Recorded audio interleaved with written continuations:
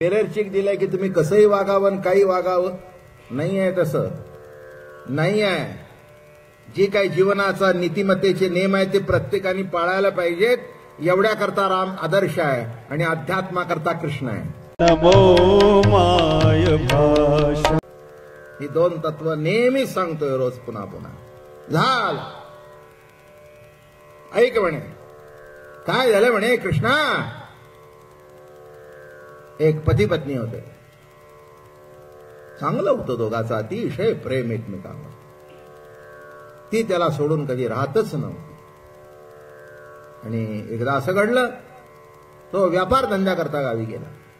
आता गावी गेल्यानंतर ती तरी काय करणार बर का. मग तिने आपल्या आवडीप्रमाणे, तिला थोडीशी कलाकुसरी येत होती करता, पुतळे बितळे करत होते बर का. मग तिने आपल्या पद्धतीप्रमाणे आपल्या नवऱ्याचा एक पुतळा तयार केला मातीचा बर का. आणि त्या मातीच्या पुतळ्याची ती रोज पूजा करायची बर का. सकाळी उठले की त्याची पूजा करायची. मग आवडीचं त्याच्या, आज तुमच्या आवडीचं थालीपीठ केलंय बरं का, मग ते थालीपीठ दाखवायची, पूजा करायची आवडीने, अगदी प्रेमाने. आणि त्याच्यामध्ये ती सबंध दिवस जायचा तिचा त्या पुतळ्याच्या सेवेमध्ये. ऐकतोस ना तू कृष्णा, इकडे तिकडे बघू नकोस, नीट लक्ष देऊन ऐक. हा हा ऐकलं मी. नवरा बाहेर गावी गेला होता आणि ती बाई त्या पुतळ्याची पूजा करत होती. हा ऐकलंस ना, नीट समजून घे. मग एक दिवस काय झालं, महिना 2 महिने गेल्यानंतर त्याचा कामधंदा आटपला आणि ती बाई पूजा करत होती त्या पुतळ्याची. तितक्यात नवरा आला. ती अशी आरती करते आपल्या नवऱ्याची आणि तितक्यात नवऱ्या होता, अगं मी आलो, अगं मी आलो. आता मला सांग कृष्णा, की खरा पती तिथे दारात आल्यानंतर तिने पूजा अर्धवट टाकून त्याला दार उघडायला जावं का या पुतळ्याची आरती करावी. मला माहिती नव्हती म्हणे तू इतकी मूर्ख असशी. असले साधे प्रश्न काय मला विचारतेस. अगं पुतळा तो मातीचाच, पण खरा पती आल्यानंतर ताट दे फेकून आणि जा त्याच्याकडे पळत. नक्की ना,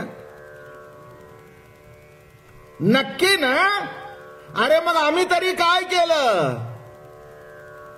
मासाचा जो पुतळा होता, जड देह होता, कर्मधर्म संयोगाने त्याच्या गळ्यात माळ घातली बर का. तुझ्याशिवाय तो मुर्दा आहे, त्याच्या देहामध्ये तुझी वस्ती आहे म्हणून जिवंतपणा आहे. तुझ्याशिवाय तो मुर्दा आहे म्हणून लक्षात घे. आता मला सांग, खरा पती तू आहेस, तू हाक मारल्यानंतर त्या मातीच्या पुतळ्याच्या मागे लागायची गरज काय. सिद्धांत कळला का. त्याच्या मागे लागायची गरज काय आता तू सांग. ही असली गोष्ट तुम्ही सांगणार आहात हे मला माहिती नव्हतं. ते म्हणले नाही, हे तुझ्याकडूनच शिकलो आम्ही. कृष्णा, तुझ्या संगतीमध्ये राहून एवढं जर आम्हाला कळलं नाही तर आमचं आयुष्य फुकट गेलं. कुठे आमचं चुकलं सांग. शेवटी संसारामध्ये आपण रमतो, घरदारात आपण रमतो, पण शेवटी त्या निजज्ञानाची प्रेम प्रतिती प्रगट होण्याकरता तर सगळं आहे. कशाकरता खटपट आहे. मनुष्य जन्माचं सार्थक संसाराच्या दृष्टिकोनातून बरोबर आहे. 2 मुलं बाळ होणं, घरदार, प्रपंच, नवरा बायको ठीक आहे, पण त्याच्यापेक्षाही जी जीवनामध्ये अध्यात्माची किंवा आत्मोन्नती व्हायला पाहिजे. जो खरा पती आहे त्याची ओळख एक लक्षात ठेवा. आध्यात्मिक जीवनामध्ये सगळ्या स्त्रिया आहेत, परमात्मा पुरुष एकच आहे. पुरुषोत्तम परमात्मा एक आहे. मग त्या पतीला वर्ण, त्याच्याशी आपले जीवन एकरूप होणं कुठे काही चुकलं का.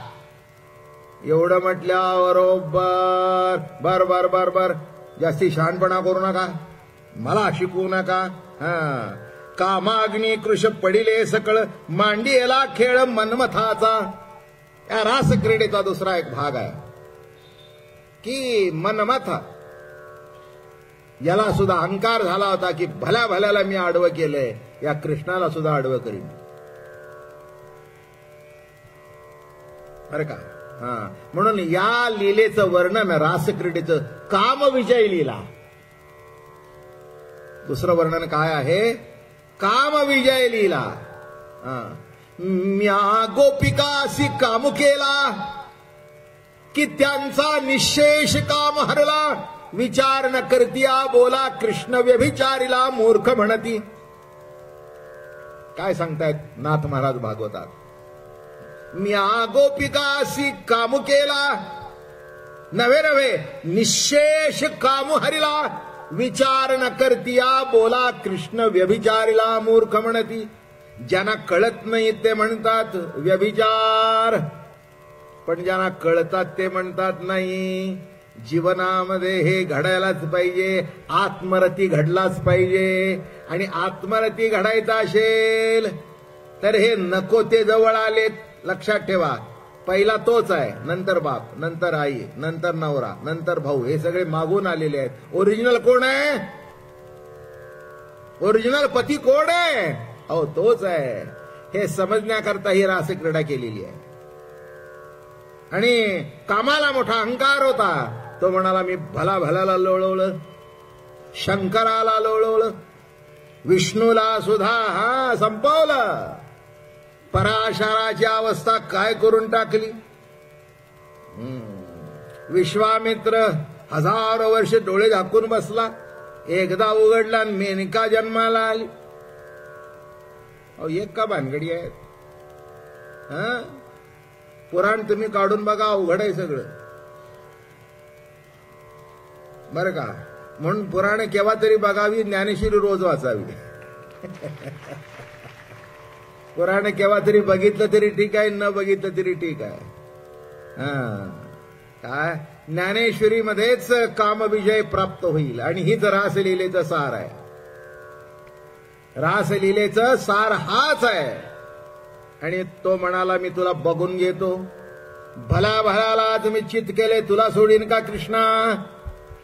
कृष्ण म्हणाले त्याच्याकरता आपण ही रास करू. बघू तुझी काय ताकद आहे, तुझी पावर तरी बघू, काय सामर्थ्य आहे तुझ्यात, बरं का. आणि असं शरधाचं चांदणं जिकडे जिकडे फुललेलं आहे. आणि रास क्रीडा भगवतीनं सगळ्या गोपिकांना सांगितलं आता फेर धरा. सेंटरला एक कृष्ण होता, तो बासरी वाजवत होता. आणि मग एक एक गोपी एक एक कृष्ण सुरू झाल्या टिपऱ्या. पण दोन्ही टिपऱ्या नाद एक, दो टिपरी नाद एक. एक लक्षात घ्या, एक कृष्ण एक गोपी. सिद्धांत सांगतो वृत्ती ही गोपी आहे. प्रत्येक वृत्तीच्या मध्ये कृष्ण आहे. त्याच्या पुढची दुसरी वृत्ती आहे, त्याच्यामध्ये कृष्ण आहे. तुम्ही मणी ओवलेले बघितलेत का? 2 मणी, त्याच्यामध्ये एक सूत्र आहे. मधला दोरा दिसत नाही, पण दोऱ्याशिवाय एक राहत नाहीत. काय म्हटलं मी? आता मोत्याची माळ आहे, अमक्याची माळ आहे, मणी दिसतात. इतके एकमेकाला मणी चिकटलेले असतात. पण ज्या अर्थी मणी चिकटून आहेत त्या अर्थी मध्ये कुठेतरी एक अशी फट आहे, तो सांदा आहे आणि तोच कृष्ण आहे. एक एक गोपी एक एक कृष्ण. बघा ना, एक वृत्ती उठली, ती वृत्ती आली जगामध्ये विरून गेली. त्याच्या मागे दुसरी वृत्ती उठली, पण ती दुसरी वृत्ती उठण्याकरता मध्ये कृष्ण आहे. एक एक गोपी एक एक कृष्ण. तर काय काय वृत्ती उठली? कसं गंमत म्हणून सांग. जेवायला बसलाय तुम्ही, अगदी सुंदर भाकरी केलेली आहे, वांग्याचं भरीत केलेलं आहे, आणखी म्हणाल ते मसाले भात केलेला, काय नाही तर सिझलर्स आहे. काय आपल्याला सगळ्यांना जेवण वाढायचं. एखादा म्हणला आम्हाला चायनीज आवडतं, हे वांग्याचं भरीत तुम्हीच खा. बरं बाबा, वांग आम्ही खातो. चाव चाव. गंमत सांगू का? मी एकदा वांग्याचं भरीत म्हटलं, पुढे चावचावर गेलो. बरोबर आहे ना? वांग्याचं भरीत ही एक वृत्ती आहे. आणि त्याच्या पुढे एकदम चावला गेलो, ते मधला जो आहे ना उठवणारा, तो कृष्ण आहे. काय सांगितलं? मग जेवायला बसता बसता अजून घ्या ना एक पोळी. नाही नाही पोळी नाही ग कोशिंबीर आण. अरे जरा ते टीव्हीचं बटन वाढव. कळलं का? वृत्ती उठली दुसरी. इथे रसविषयाची वृत्ती उठलेली आहे, इथे रूपविषयाची वृत्ती उठते. बर का? जरा हळू बोल ना. इथे शब्द विषयाची वृत्ती उठली. या भिन्न भिन्न वृत्ती जरी असली तरी प्रत्येक दोन वृत्तीच्या मध्ये एक कृष्ण आहे. एक एक कृष्णनी एक एक गोपी. आणि शेवटी यांचा फेर चालू आहे. शब्द विषय, रस विषय, गंध विषय, रूप विषय अशी टिपरीचे नाद चालू आहेत. पण हे किती जरी पंच विषय असले तरी सगळ्यांचं नाद एक मधला जो कृष्ण आहे, हृदयस्थ परमात्मा, त्याच्या नादाशी एक रूप होऊन बाकीच्या वृत्तीने फेर धरलेले आहेत. शब्द विषय, रस विषय, गंध विषय, रूप विषय इथलंच जर बंद पडलं तर रस काय, रूप काय? इथला जर कृष्ण थांबला ना बासरी वाजवायचा, मग ते डॉक्टरला बोलवतात, जरा बघा. मग ते काय करतात, असे डोळे करून बॅटरी टाकतात. हल्लं नाही हल्लं.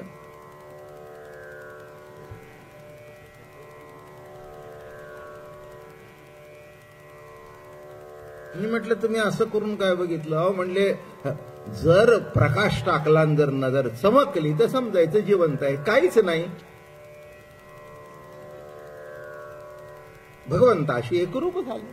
लक्षात आलं का? इथला कृष्ण, हा इथला कृष्ण इतका महत्वाचा आहे. इथला कृष्ण आहे म्हणून बाकीच्यांचा फेर चालू आहे. त्या वृत्ती आहेत आणि प्रत्येक वृत्तीच्या मागे एक एक कृष्ण आहे. एक एक गोपीने एक एक कृष्ण. ही रासक्रीडा चालू आहे. अखंड फेर आहे. एक हृदयस्थाभोवती सर्व इंद्रिय, पंचज्ञान इंद्रिय, पंचकर्मी इंद्रिय, 11 मन 12वी बुद्धी, हा फेर चालू आहे. सतत फिरतायत इंद्रिय. फिरतायत की नाही? झोपेत सुद्धा फेर चालू आहे की नाही? श्वासोश्वास चालू आहेत. इंद्रिय चालू आहेत. पचन क्रिया चालू आहे. कोणताही इंद्रियातलं काम बंद पडलेलं नाही आहे. ही केवढी रास चालू आहे. एक एक कृष्णने एक एक गोपी. ही रास क्रीडा चालू जेव्हा झाली, सगळे देवादिक वर आले. हो, सगळ्यांना वाटलं या रासेमध्ये आपल्याला भाग घेता यावा. पण इतकं सोपं नसतं हो. सगळेच काही येऊ शकतात का रासेमध्ये? त्याच्यामध्ये काय झालं? बायका होत्या त्या आल्या, पुरुषांना येता आलं नाही. पार्वती चटकन आली. काय तिला एंट्री चटकन मिळाली. पार्वती ती चटकन आली. तिथे आली, आपली टिपऱ्या घेतल्या आणि जे सुरू झालं तिचं.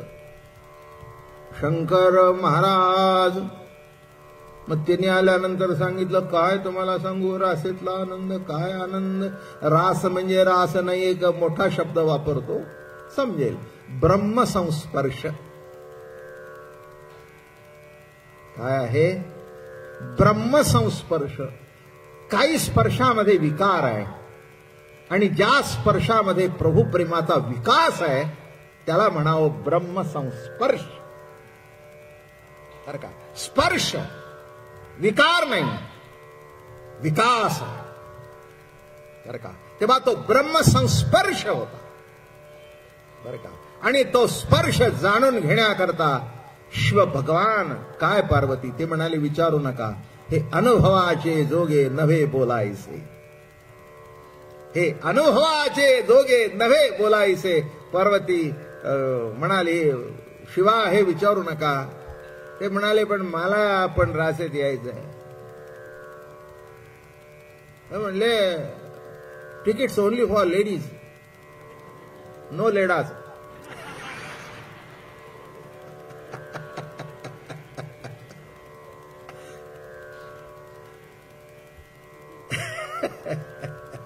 चांगला आहे ना शब्द प्रयोग?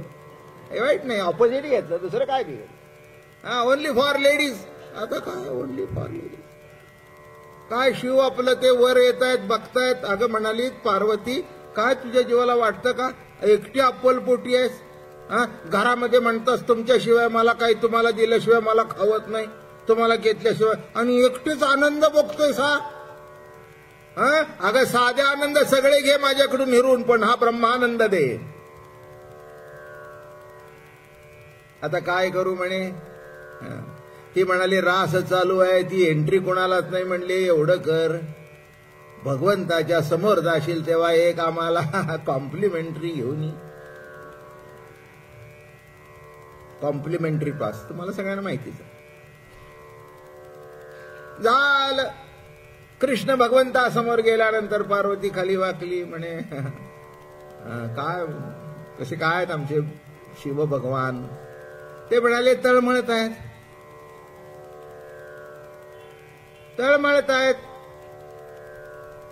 काय झालं, काय तळमळाला. अरे म्हणे प्रभू एवढी रास चालू आहे, मी येते आणि त्यांना येता येत नाही. Very disturb. त्यांच्या पोटात दुखतंय.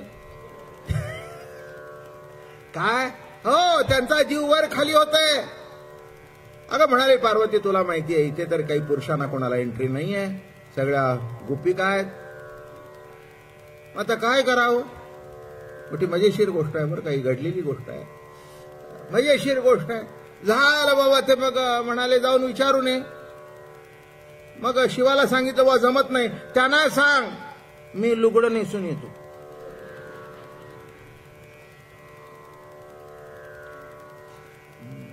शिवाला सांगितलं. म्हणाले काही नाही आहे, मी एक एक्स्ट्रा घागरा घेऊन जाते. शिवा करता ती ओढणी घेऊन जाते. आणि सगळे ते डाग डागिने. मग आपलं पार्वतीने शिवाला नटवलं बरं का त्या दिवशी. आलं का लक्षात. रोज ते व्याघ्रांबर बांधायची सवय, मग तो घागरा ते ओढणीन बिडणीन सगळी. आणि काही नाही, आता ते पूर्वीच्या काळी बायका असा पदर घ्यायच्या, त्यामुळे ते दिसून यायचं नाही नेमकं कोण आहे ते. झालं बाबा. ते फायदा त्या परंपरेचा, त्या पद्धतीचा फायदा चांगला झाला. इथपर्यंत घेऊन पार्वतीच्या बरोबर फक्त लोकांना एवढंच वाटलं आपल्यापेक्षा जरा एक्स्ट्रा उंच गोपी आहे.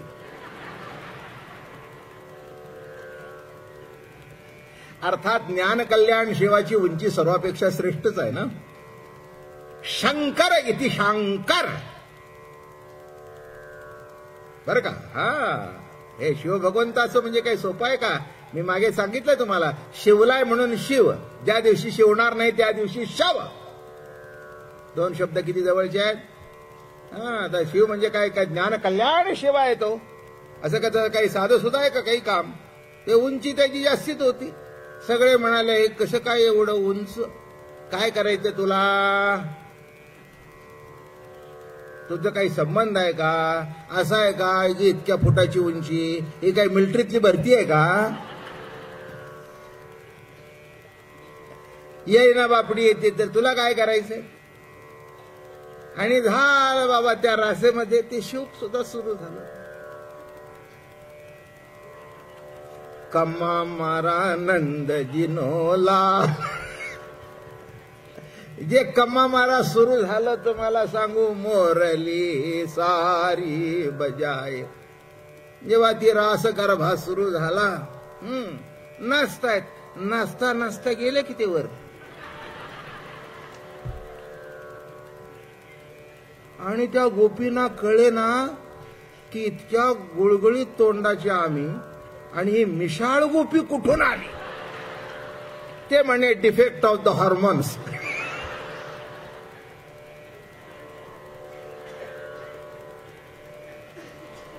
आता काय सांगू मी तुम्हाला. अहो ते असे केस बीस सगळ्या घाबरल्या. हे कोण आहे, हे कोण आहे, हे कसे काय, हे सगळे केसन बेसन. अरे पार्वती म्हणली घ्या तोंडाला झाकून. आणलं ते आणलं, झालं आमचं उघड पाडलं इथे. काय काय नीट लक्षात घ्या. आणि ते शिव असं मग शेवटी कृष्णासमोर आले, मिठी मारली, गळामध्ये पडले. प्रभू आता मी पुरुष झालो, काही माझा दोष आहे का. शेवटी पुरुष असलो तरी तत्वज्ञानाच्या दृष्टिकोनातून शिव म्हणजे त्या ज्ञानसत्तेची प्रेम प्रतितीच आहे ना. मी जर तुझी प्रतिती आहे तर मला डावलू नकोस, मला या राशीतून बाहेर काढू नकोस. काय करायचे ते कर. या सगळ्यांना मी एकदम सुंदर दिसू, तिथे मिशा बिशा दिसून देऊ नको, एवढं कर म्हणजे झालं. लक्षात घ्या, त्या भगवंताचा रास. आणि जेव्हा तिथे ती रास क्रीडा सुरू झाली, शिव भगवान प्रत्यक्ष त्या रासेमध्ये होते, पार्वती होती, सगळे देवादिदेव होते. आणि जेव्हा ती रासलीला सुरू झाली, सगळ्यांना मोठा आनंद झाला. आणि काय असतं शेवटी, माणसाला एखादी चांगली गोष्ट घडली की नाही तरी त्याचा अहंकार होतो बरं का. जरा पुढे पुढे सरत जाऊ बरं का. आत्मरती सुद्धा सांगण्यासारखं आहे, पण सांगेन तुम्हाला उद्या परवा बरं का. ज्ञानेश्वरीमध्ये सुद्धा सांगितलंय, काना वचनाची भेटी वस्तूच. हे प्रत्येक ठिकाणी हे आत्मरती घडतच असतं. गुरु शिष्याच्या एकांती, जे एकचे अक्षर वदंती. गुरु शिष्याच्या एकांत घडला आणि त्याच्यातून बोधपुत्र प्रगट झाला. कान आहे, कानामध्ये गुरुवचन पडलं, तिथे आत्मरती घडला, रती घडला. आणि रती घडल्याबरोबर एक बाळ जन्माला आलं, बोधरूपी. काय घडलं? बोधरूपी बाळ जन्माला आलं. पण तो जर आत्मरती घडला नाही तर सगळं आयुष्य फुकट. नमो माय भाषा.